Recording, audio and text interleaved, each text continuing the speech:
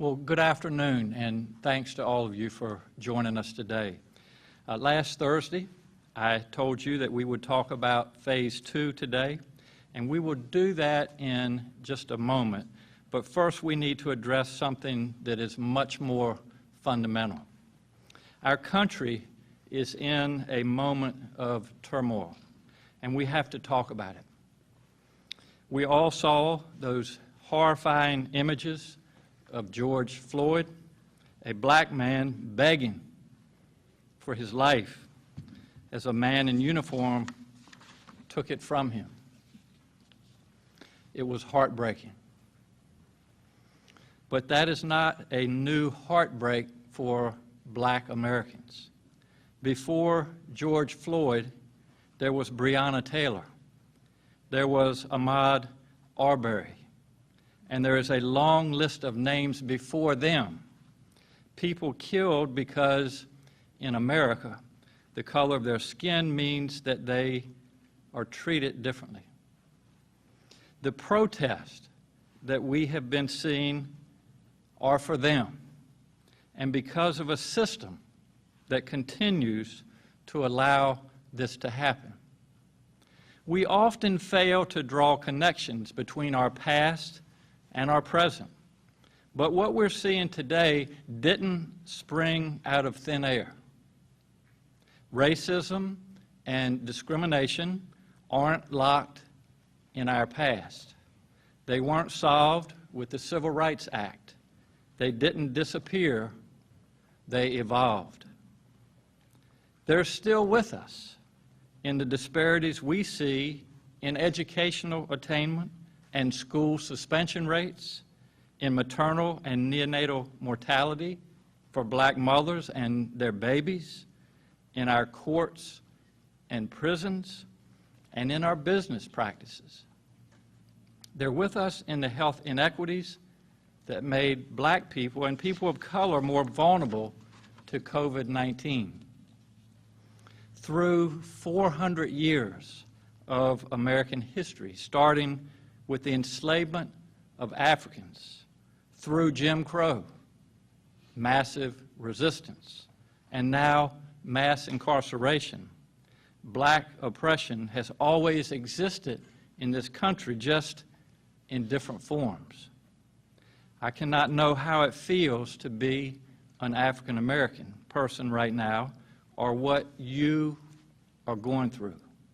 I cannot know the depth of your pain. But what I can do is stand with you, and I can support you. And together we are going to turn this pain into action. This means continuing the work that we have begun together. It means continuing to take actions to right historical inequities in education, in our health system, and in access to business opportunities, and a lot more. You know what it looks like to date. The work includes expanding Medicaid, so more people of color have health care coverage. We have now enrolled over 420,000 Virginians. It meant putting in place historic new funding for new mothers to get at-home visits from nurses. It meant doula programs in the community. It meant new tools to help reduce maternal morbidity, particularly among women of color. It meant reforming criminal justice, things like increasing the threshold for felony larceny. It meant new laws to stop taking someone's driver's license because they owe court fees. It meant decriminalizing marijuana. It meant making it easier to vote, not harder. It meant making Election Day a holiday so more people can vote. It meant finally ending the old holiday celebrating Confederate generals. It meant a new commission to study slavery in Virginia and subsequent racial and economic discrimination. Delegate Dolores McQuinn, who is with us today, proposed that, and I signed it into law, and it will get to work very soon. We are doing all of this together, and we're going to keep working even harder because we have so much more work to do. I want to highlight 4 specifics. First, we're going to keep listening and learning. This includes virtual town halls to continue the conversation about criminal justice reform and public safety. Second, I will be meeting with the board of the Virginia Association of Chiefs of Police. I know they want to make sure their officers have the training and exercise the judgment to do the right thing. They will continue to work toward more diverse staffs and more positive community interactions. Third, we will be working with these leaders and many others on a statewide day of prayer, healing, and action. And fourth, I am asking our African American Advisory Board and the Virginia Commission to examine racial inequity in Virginia laws to continue their work of auditing Virginia's code with a focus on criminal justice and public safety. Thursday is the 1-year anniversary of our creating the commission, and they have done tremendous and important work. I'm proud that when we took their recommendations to the General Assembly, they all passed unanimously. That's a hopeful sign. There is more work to do, as I said, and I am committed to doing that work. These actions will not bring back lives that have been lost, but they are steps toward an America and a Virginia where this doesn't happen. They are steps toward fixing the inequities embedded in our systems. So my message to protesters here in Richmond and around Virginia is that I hear you. I'm here to work with you so that together we can help build a place where no one fears for their life because of the color of their skin. I pledge to stand with you. Today, we have several guests with us, and we recognize that there are many other voices who need to be part of this conversation. I want to introduce them. I'm going to have Delegate Dolores McQuinn say some words, and then others will follow her. But the first will be Delegate Dolores McQuinn. Wes Bellamy, Interim Chair of the Virginia State University Political Science Department. Jim Bibbs, Chairman of the Urban League of Hampton Roads. Shirley Jenwright, Chair of the Fairfax County Communities of Trust Committee and a member of the African American Advisory Board. Cynthia Hudson, a member of the state NAACP and Chair of the Commission to examine racial inequity in the Virginia Code. Reverend Kelvin Jones from First Baptist Capeville on the Eastern Shore, my pastor. Reverend Tyrone Nelson from the Six Mount Zion Baptist Church here in Richmond. And Niquel Perry, a rising senior and student leader at Albemarle High School. So I invite Delegate Dolores McQuinn to speak, and then we will hear from others. Delegate McQuinn, thank you so much and welcome. Thank you. Thank you, Governor, and to those who are assembled here. Governor and members of the press and those who are standing, who are here, we are clearly a nation in crisis and chaos, fueled by yet another casualty of systemic racism. But sadly, this is not the first time. As I watched the senseless murder of Mr. George Floyd broadcast on my TV screen, and I heard my 6-year-old granddaughter, as we were sitting at the supper table, what was going on, the TV going on the television to our attention, when she said, "Whoa, whoa, whoa, Mr. Policeman, that is just too much." My heart was bruised and broken, and so many people across this country right now are bruised and broken.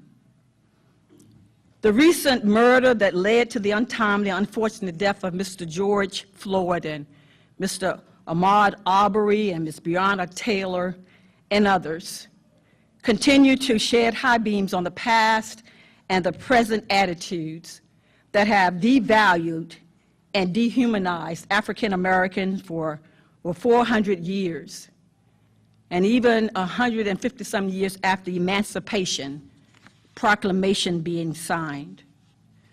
I want to say to the governor that first, I am so grateful for his leadership in an effort to just begin to heal the wounds of systemic racism in Virginia. And I wanted to just share a few highlights and steps that have been taken, and he's shared some of it with you over the past year to just address the difficult and the complex history of inequity in the Commonwealth. What he realized, and him and I had many conversations about this along with others, realized that we must tell the full and the true story of the inequities that have resulted from over 400 years of discrimination. Racial discrimination and systemic racism that has been legalized and institutionalized and sanctioned and sanitized throughout this country. Now is the time for us to deal with it head on. But Governor Northam was dealing with these hard issues even before the national crisis last week. And he has shown his willingness to continue to take steps toward healing this Commonwealth. And we all realize that we must sit at the table with him and come up with concrete strategies to reform the structures that created and maintain racial inequities. After we march, we plan, and we take steps necessary to effectuate positive change. I am proud to say that the 2020 General Assembly looked at some of the recommendations and repealed each and every one that was old discriminatory laws that was on the Governor Northam signed that was on the books. And also during the 2020 General Assembly, when I introduced House Bill 1519, which established a commission to finally spend time studying slavery and Jim Crow, the Black Code, and massive resistance, and the impact that this has had on the Commonwealth of Virginia.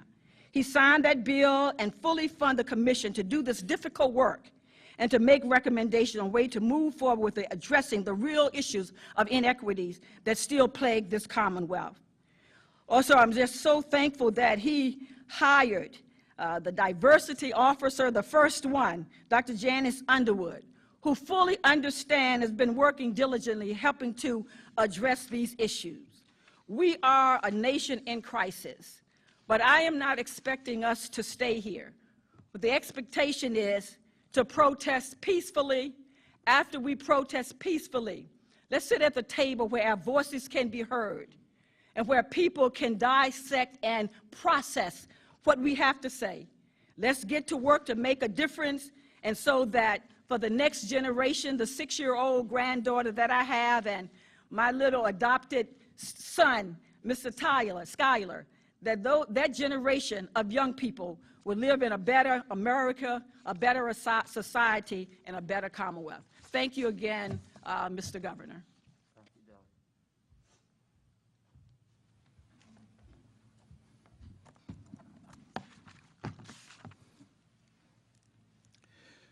Certainly, thank you, Governor Northam, and to my fellow Virginians. As we gather today, I believe that all of us will agree that these are turbulent times. We have seen the unfortunate, untimely, and unnecessary deaths of individuals of color over and over again by the hands of a cancerous portion of what is, without a doubt, an otherwise healthy and properly functioning group of police officers who each day risk their lives to protect and to serve. And in these turbulent moments, the call is to no longer tolerate the cancer that infects our police departments, but throughout America, we must excise the cancer so that it does not destroy the majority of the body that functions properly and professionally and genuinely cares about the communities which they serve. Unfortunately, we are witnessing, in response to these deaths caused by these cancerous individuals, is years of hurt and pain, and it is now manifesting itself. And whenever pain is continuously perpetuated on persons, they will respond in one of two ways: fight or flight. And for some, they feel they have run too long. They feel their grandparents have run. They have seen their parents run. They have recently seen their peers run, and some of them have even had to run. But the pain has worn them down, and they can no longer run. They feel their only response now is to fight, a response which is often misunderstood. But if you have never been cornered and only privileged, it's difficult to understand the pain or the response. But let's be clear and do not get these persons confused with those who have deleterious intentions. And parenthetically, I would like to say to the looters and rioters who are merely being opportunists and hiding behind those whose pain is real and authentic, you are not honoring the life of George Floyd. You are not honoring the real struggle of racism that is eating at America and Virginia. What you are doing is deterring the efforts that could be used to identify and eliminate systemic racism in every place that it rears its ugly head. What you are doing is wasting manpower that could be used to identify and eliminate cancerous persons in positions of power. But now resources have to be redirected to deal with those of you who are making no real contributions but have come in your own way a part of the problem. Everyone is asking today, how do we end senseless looting and rioting? How do we respond to the chaotic climate and culture of which we are living? And I believe the answer lies within each one of us. The answer that the African American community is looking for is, first of all, just to be heard. One of the most degrading feelings is to speak and be ignored, as if what you're saying is irrelevant. We saw that proven after the death of Mr. Floyd. Minneapolis was upset but still intact. They had asked for charges to be filed and an arrest made, but no one heard the appeal, and if they heard it, they did not listen. So what happened? They rioted. Was it right? No. Do I condone it? No. However, look at what happened after the riot. The same district attorney came on the same channel the next day and charged at least one cop, not in response to the request and the voice of a hurting people, but in response of the rioting. So what message did he send? That we do not listen to what you say when you speak intelligently, but when you respond with violent actions, we listen. And what those intellectual and intelligent persons who are peaceful and law-abiding citizens once again felt was that the promise of the Declaration of Independence did not apply to them, that all persons are endowed by their Creator with certain inalienable rights, which are life, liberty, and the pursuit of happiness. To this, it did not include them. But those persons still decided to peacefully protest, but were surrounded by a group who said no more, and decided to serve the response on a plate that the DA and too much of America is satisfied eating from. That is a plate of negative reactions as opposed to sitting at the table of intelligent conversations. The other thing African Americans are looking for was best demonstrated as I watched a group of white females in Louisville, Kentucky, lock arms and say to the police and to the world, if you want to get to them, you must come through us. They were saying if you won't listen to them as they speak alone, maybe you will listen as we stand together with them. Wouldn't it be nice if we could see our leaders lock arms and say, you've got to come through us? African Americans want to hear and see European coworkers say to their counterparts that we don't stand behind you, but we stand with you as African Americans. They want to see, African Americans want to see their friends not only say it to them privately that you are a good person, but say it to the world publicly, irregardless of the company you are in. Because what you're saying then is what you say to my African American brother and sister, how you treat my African American brother and sister, and what you do to my African American brother and sister is what you do to me. One of the most painful things to experience is someone that says they are with you, that in times of adversity they hide. Peter in the Bible just promised the Lord that in private that he would never leave his side. But when the enemy came, he hid himself and stood not with him but afar off and said, I don't know him. Today, the challenge to Virginia and the rest of the world is, during these turbulent times, will you speak truth to power? Will you stand as leaders united and open, not as Republicans or Democrats, not across the aisle, but in the aisle, united arm in arm, speaking ever so boldly, not in word, but in actions? Will you say that we are one, irregardless of color, What will you say as leaders to the constituents who voted for you at this turbulent time? And for each one of us, we need to be mindful that it was not just one race that elected us. Virginia, in these times of adversity, what will we do? Will we say, I don't know them? Or will we acknowledge the word of the Creator that we are our brother's keeper? My response and your response will be remembered and recorded in history. So ask yourself, what side of the page as Virginians will we be on? The response of our leaders today will determine where Virginia goes from here. Will we be one nation, under God, indivisible, with liberty and justice for all? Or will we be the house divided that will not stand? I believe today that Virginia is greater than hate. I believe that Virginia has the capacity to move beyond systemic racism. Let us stand tall and live out our mantra that Virginia is for lovers.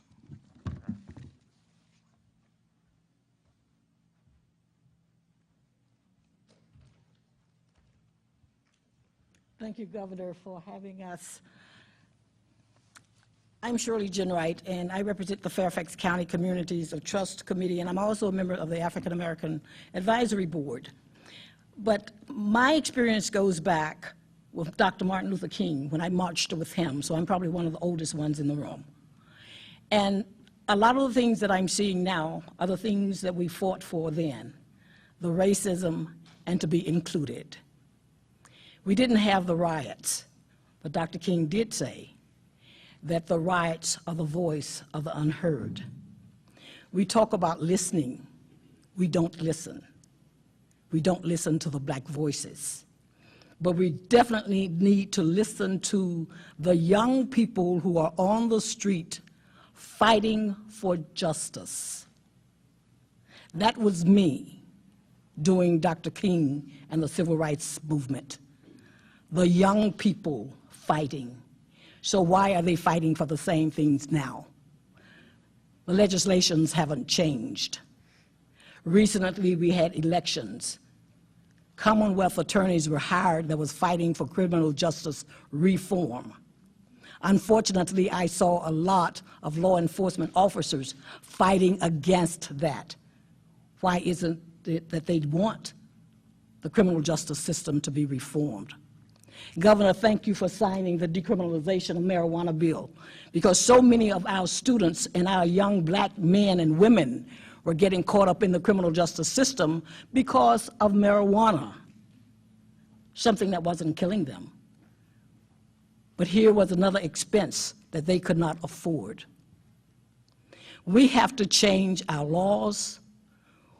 When the rioting is over, when the smoke has cleared, we cannot go back to business as usual.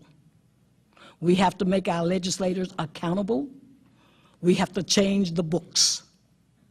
We have to be there so the next generation will not go through the same thing that we're having to go through now or that we went through 50 years ago.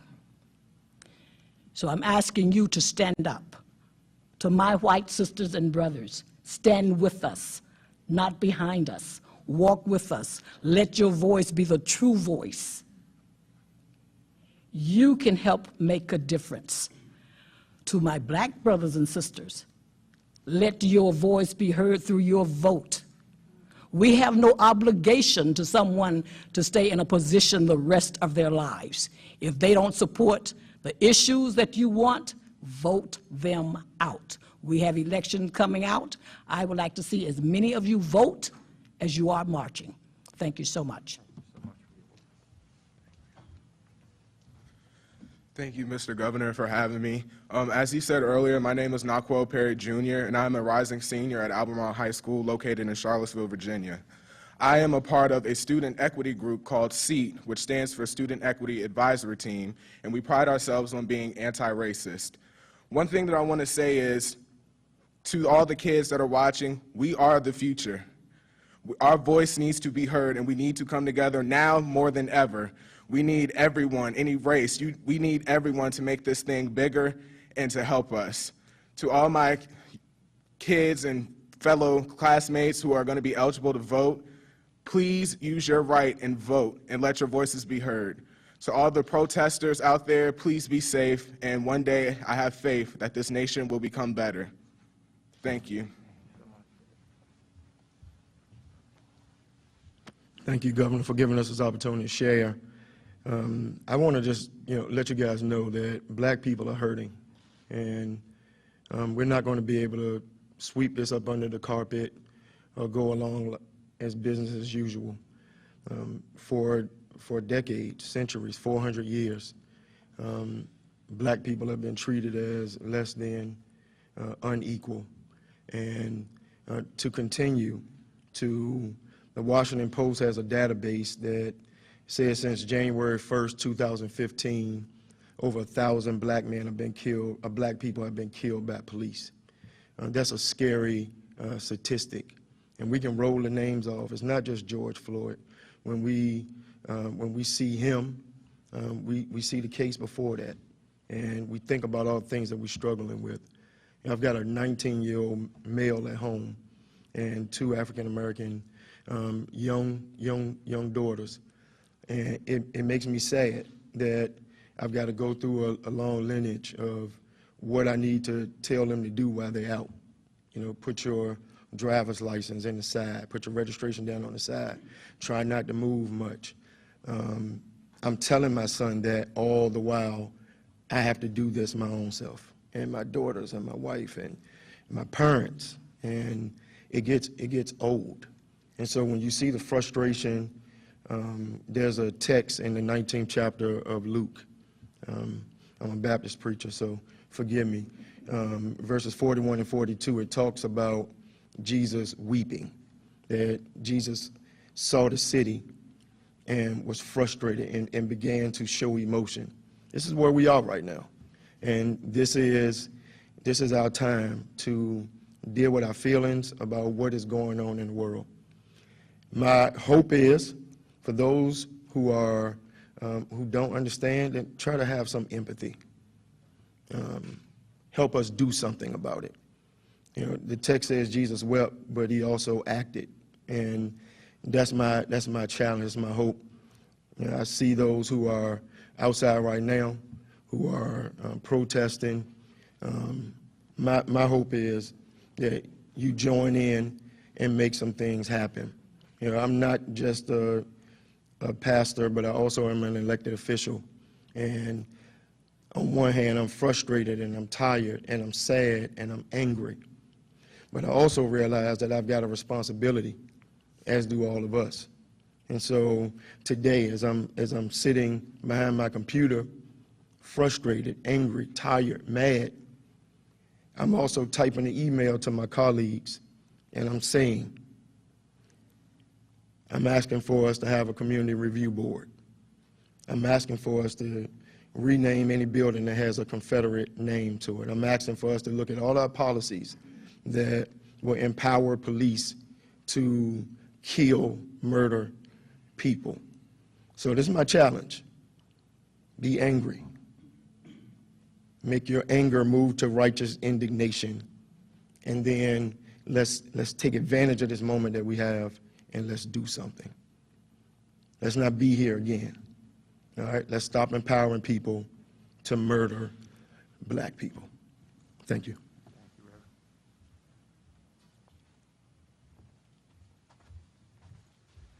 Good afternoon. I'm Jim Bibbs. I'm representing the Urban League of Hampton Roads. I'm the chair there. And I want to take a few moments just to talk about the unrest that's been in our nation.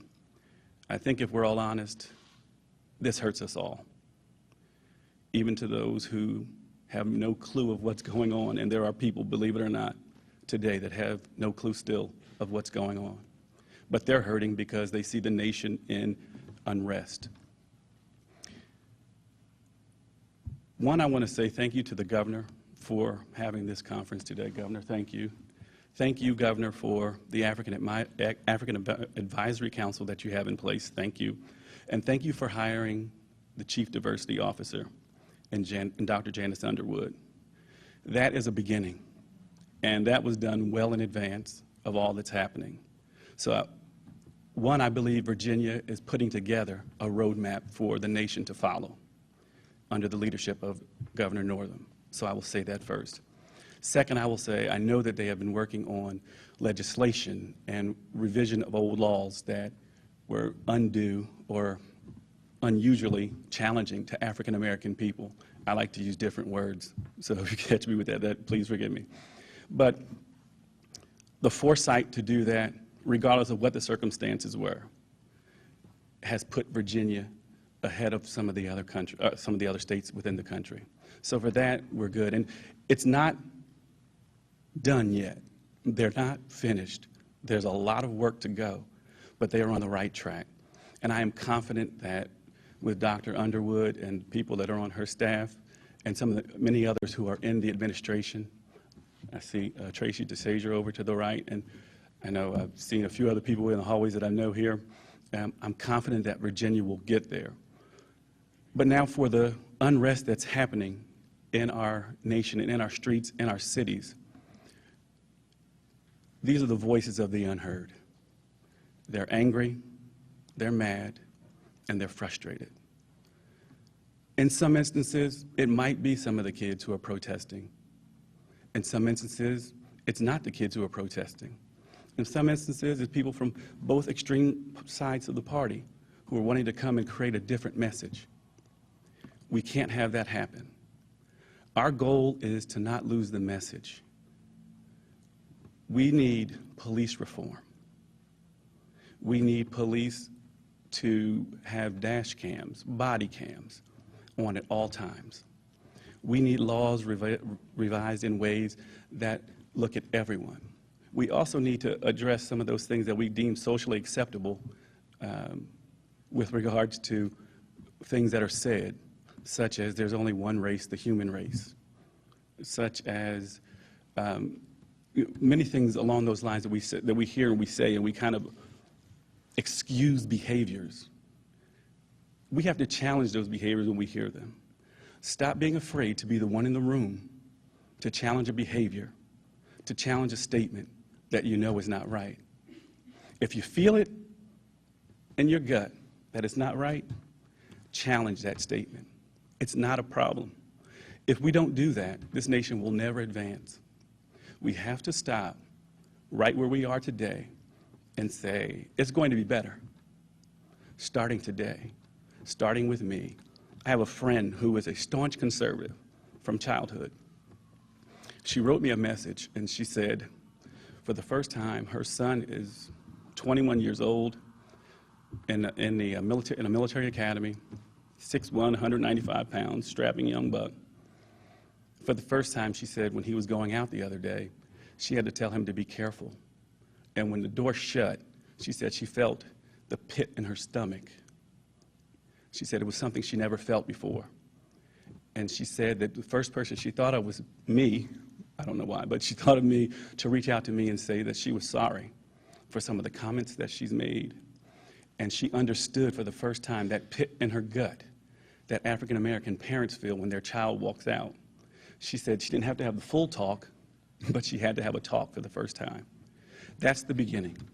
Those are the moments that we're talking about.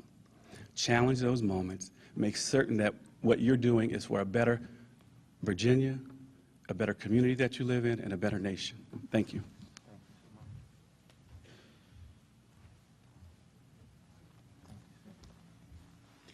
Good afternoon. Much of what you've heard today is necessary to hear and to be said, and I won't repeat the sentiments.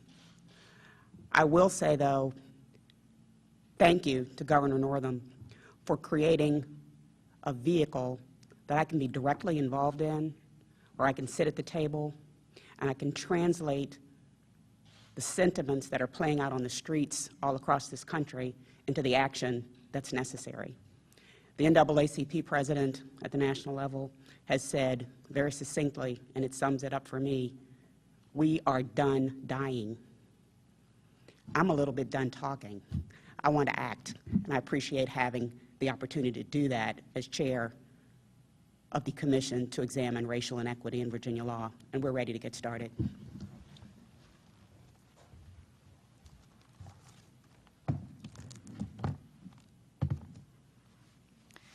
Thank you, everyone. Thank you, Governor Northam.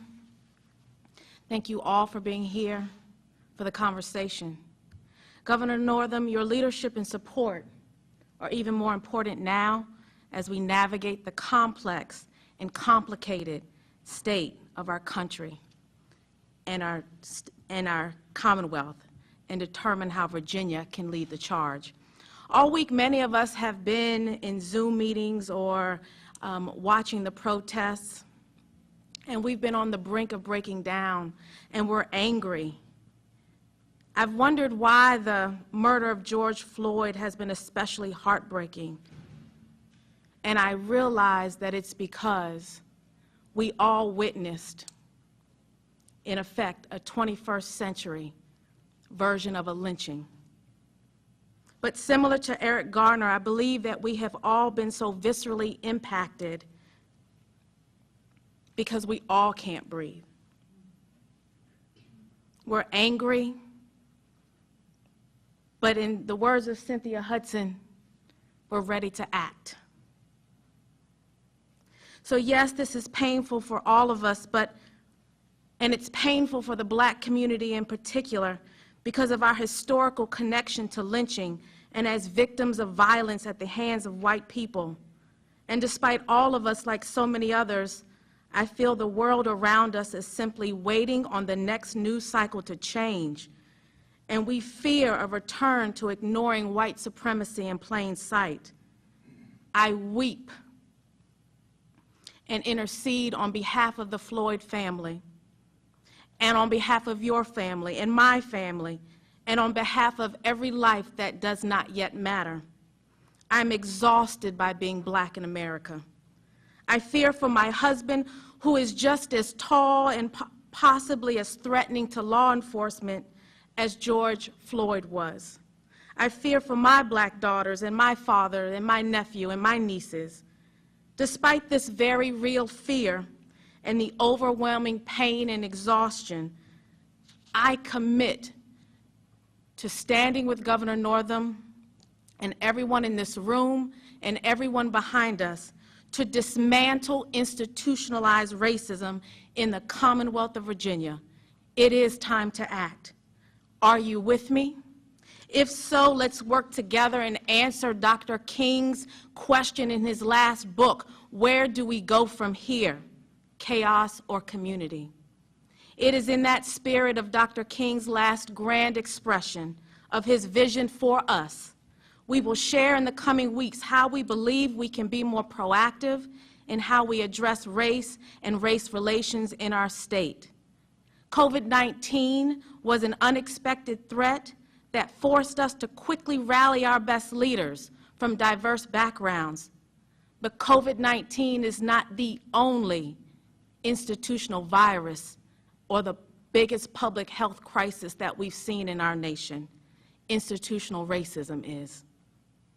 I am proud of the Health Equity Task Force and the Health Equity Working Group, but I'm also so proud of this administration and so many others who aren't even up here with us today, but who are doing the work.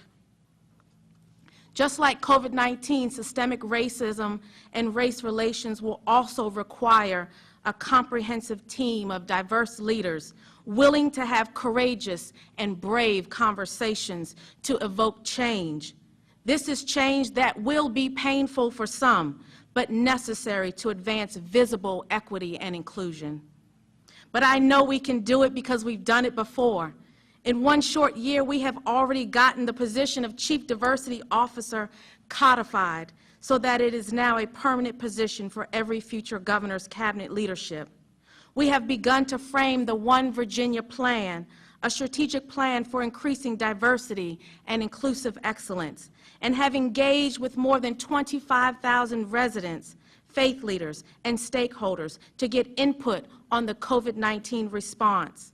And during the 2020 General Assembly session, we passed the most historic equity legislation in the history of any administration in Virginia. These are all wins we can be proud about, but we know there is so much more work to do. None of us can do this by ourselves, but if you want to know what you can do right now, what can you do to help? Let's start by acknowledging that all of us are at different levels of understanding these racial dynamics, and especially for our youngest residents, our children. This may be the first time they are seeing such and experiencing such painful things.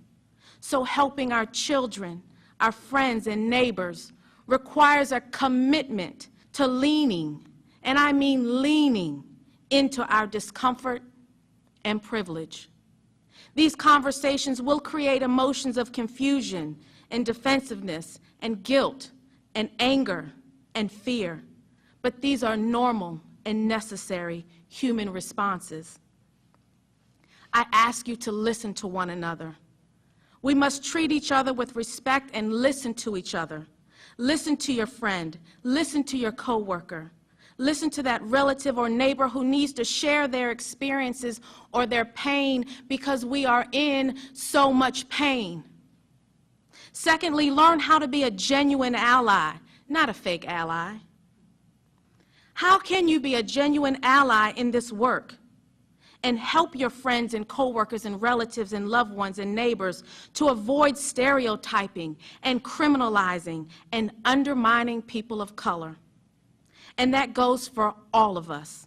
All of you watching, all of us in this room, it goes for all of us. And finally, you can start by educating yourself about the racial dynamics that we are all experiencing by having conversations, but also by reading books and watching films about anti-racism to gain a new knowledge, a new language, a new confidence, to be able to talk about it in your sphere of influence.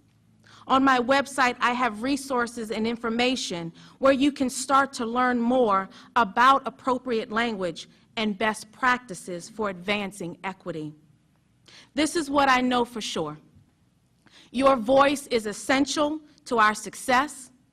I need you to be involved in this work ahead. We are all in this together, step by step and day by day. We will rebuild our Commonwealth and emerge as a national exemplar for inclusive excellence and racial equity. I believe it in my heart, and I hope you do too. Thank you. Thank you, Dr. Underwood, and thanks to all of you for sharing your powerful words this afternoon. I'll be glad to take a couple questions. Governor, as you know, I've been an independent journalist for 31 years. We broadcast in all of Central Virginia, all of Hampton Roads, and I would like someone from this esteemed group to speak to my colleagues and their news directors who are sitting somewhere watching this right now and saying, well, all this will pass and we'll be back to normal, and these stories won't be told. I promise you there's a news director that says this will all blow over. So if someone could speak to the press, I would appreciate it. Then on sidebar, Governor, I was a few minutes late coming in because the guy stopped me right on Grace Street. And as protesters were marching by, you could hear them. He pulled me to the side. I said, man, I'm gonna be late. He said, come in. He said, tell the governor that I hope he hears us young people. Yes. Because we will not stop. And we don't believe in all this peace stuff. I hope he hears us. I think that it was well stated by our senior in high school, that they are our future. And this is all about their future and then their children and grandchildren. And so I just admire you for being here. Number one, your courage to stand up here and make that clear that we are here to listen to the young people. Delegate McQuinn, do you want to address the, maybe kind of, I will, maybe just what the message is, that what we plan to do, at least as legislators in this branch. Thank you. Yeah, thank you, Governor. Thank you, Governor. We were, matter of fact, I was on the telephone last night with my colleagues talking about going actually across the state of Virginia. Like when last year we did Safe Virginia Initiative, but we want to do also looking at doing a Safe Virginia, not Safe Virginia, but a Virginia equity sort of, I guess, initiative where we'll go around Virginia, having opportunities to have the discussions with the community. Now, COVID-19, I'm not sure how much we are going to do in terms of actually being in a place. Certainly virtual means is available for us. And then we have legislation that we are working on, again, that was passed. You know, I think that the importance of all of us understanding the institution of slavery, the Black Code, Jim Crow, and massive resistance is going to be essential to us moving forward. And many generations are here now who don't understand that. And they may have been raising the questions, why are they still talking about that old stuff? But the reality is that what happened then has a direct correlation to what is happening now. And so we need to understand our history, both Black and white, Asian, all Americans, through history books, through social studies, you name it. It needs to be implemented so that there are faces of those who have made extraordinary contributions to Virginia and to this country. And so there are many things that we're going to be able to do, and I think at the appropriate time, we need to begin to really, truly publicize this. In terms of the media, and I want to say some of them, I've looked at several, and they have been on this. And so I think this whole discussion is here to stay.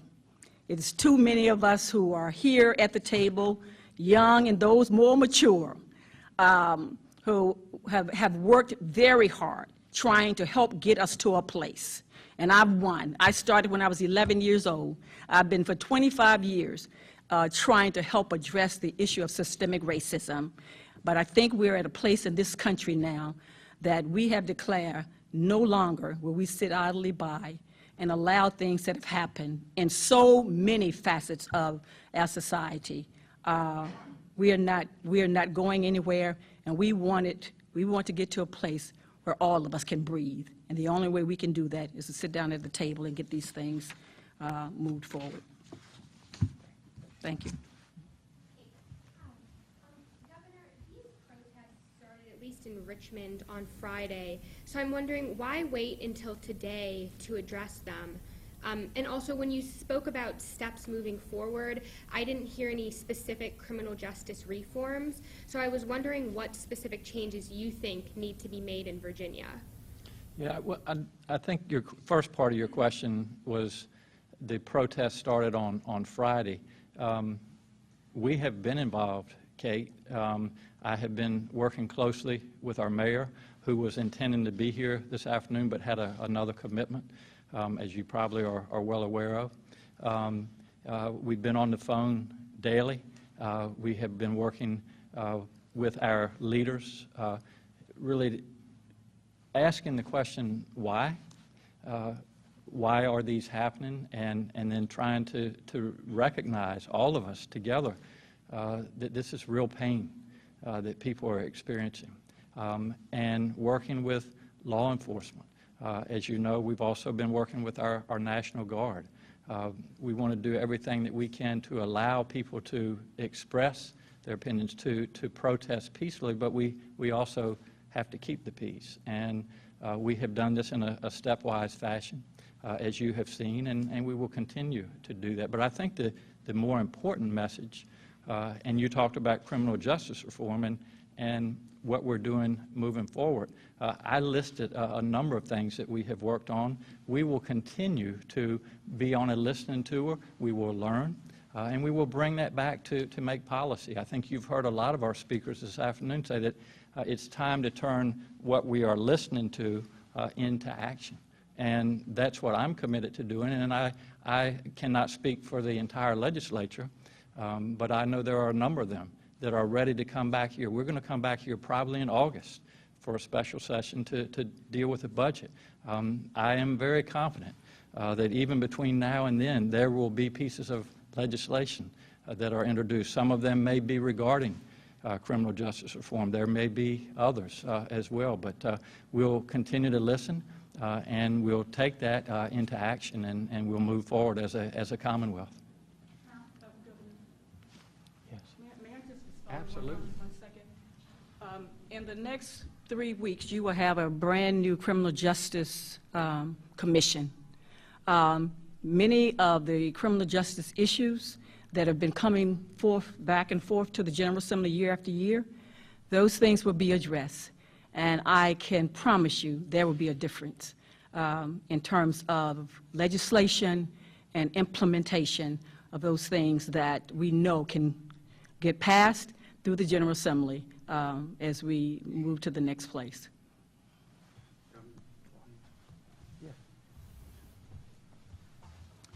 Just wanted to step in. There were a couple questions, but in particular with the one, why now, when the riots started on Friday here in Richmond. My wife and I sit and ask ourselves that question as well. But we also have found out that the governor has been talking to a lot of the legislators behind the scene. One thing I will say, and some leaders in communities, but one thing I will say is it's also time to update a Rolodex of the people that they speak to, because some of the people they're speaking to, who we love and we cherish, are not the people who are on the streets. So we need to make certain that when we're speaking to community leaders, it's not the tried and true traditional leaders. It's some of the younger leaders now who are out there. It's time to hand the baton over to a newer generation who's out there and who's making a difference in this, and this will not go away. So for the news anchor or media director, the news director, this is a very different type of noise. And if it's not addressed, it will become more than noise. So thank you. I wanted to ask you about the White House conference with the governors on Monday. I know I've read the transcript. Some of the president's rhetoric has been criticized by other governors. Can you talk about some of the things he said, like clamping down on protesters and using military force to stamp them out? What would be your response to that? Mel, the question was about the conversation with the president, and we were part of that conversation, and the message, regrettably, was not one of healing. It was not one of unity. It was one of divisiveness. And I regret that coming from the leader of the most powerful country in the world. There, you know, as a follow-up, Mel, as you know, part of the discussion was a request for our National Guard to go to Washington, D.C. I chose not to send our National Guard to Washington, D.C. For several reasons.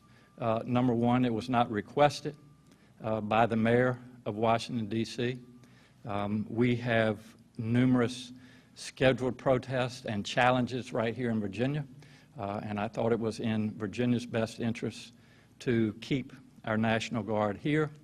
And finally, I am not going to send our men and women in uniform of a very proud National Guard to Washington for a photo op.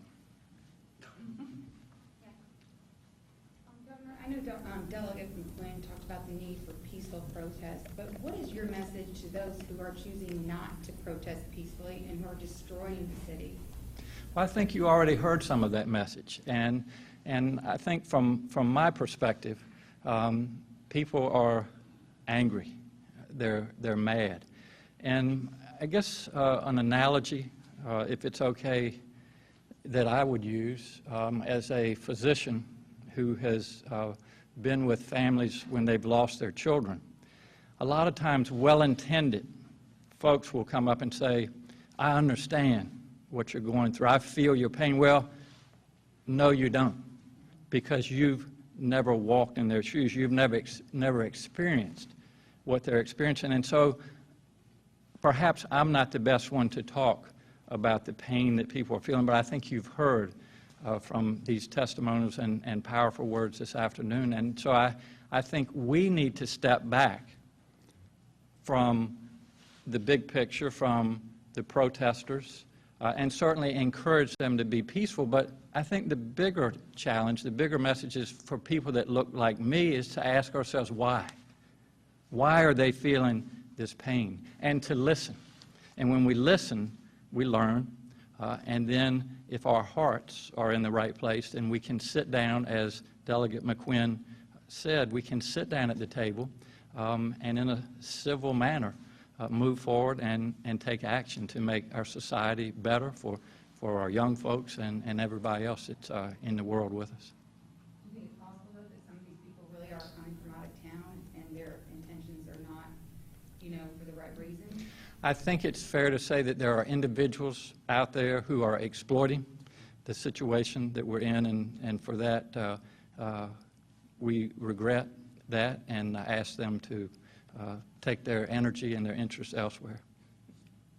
And Governor, I know you talk about listening to the people who are out on the streets, as I'm sure you can hear them there right now, and just looking at social media, I believe some of them would like you to be out there right now listening to them. I know Mayor Stoney was doing that a few hours ago. Would you be willing to go inside at the conclusion of this and speak with them and listen with them? Well, I would continue to reach out to folks and have a dialogue.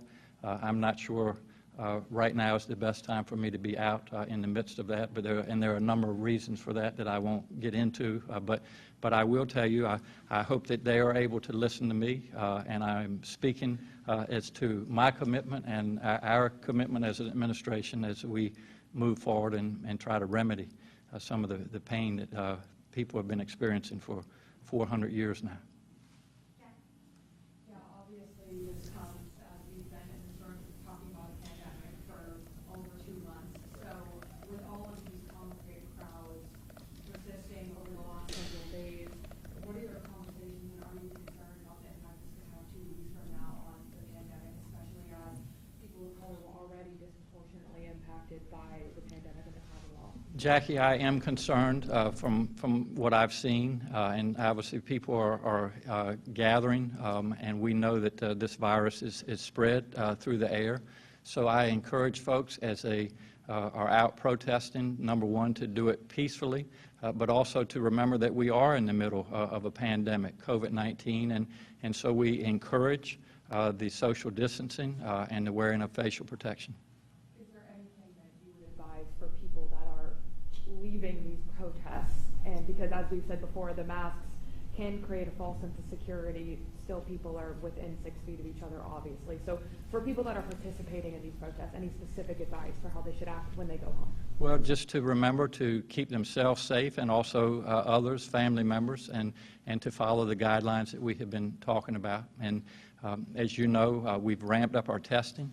That's available to many more people, and I would certainly say if someone feels like they have been exposed to COVID-19 or even has symptoms of COVID-19, to please go out and see their provider and also to be tested. We are going to move on to our next phase, so Governor, if you have any final. No, again, just thank you all for listening this afternoon, and thank you for being part of the solution. As we have said, I think collaboratively together, now is the time to take action. And I am committed to leading that effort, and I have a whole lot of people that are willing to help. So let's not forget what we're seeing out there, why we're seeing it, and let's work together, as you've always heard me say, Virginia, the Virginia way. It's time for us to sit down, to listen to each other, and really to make policy that'll make it safer and more inclusive for all Virginians. So thank you all, and I'm going to take a quick break, and then we'll be back, and I want to make an announcement regarding moving into phase 2. So thank you all very much.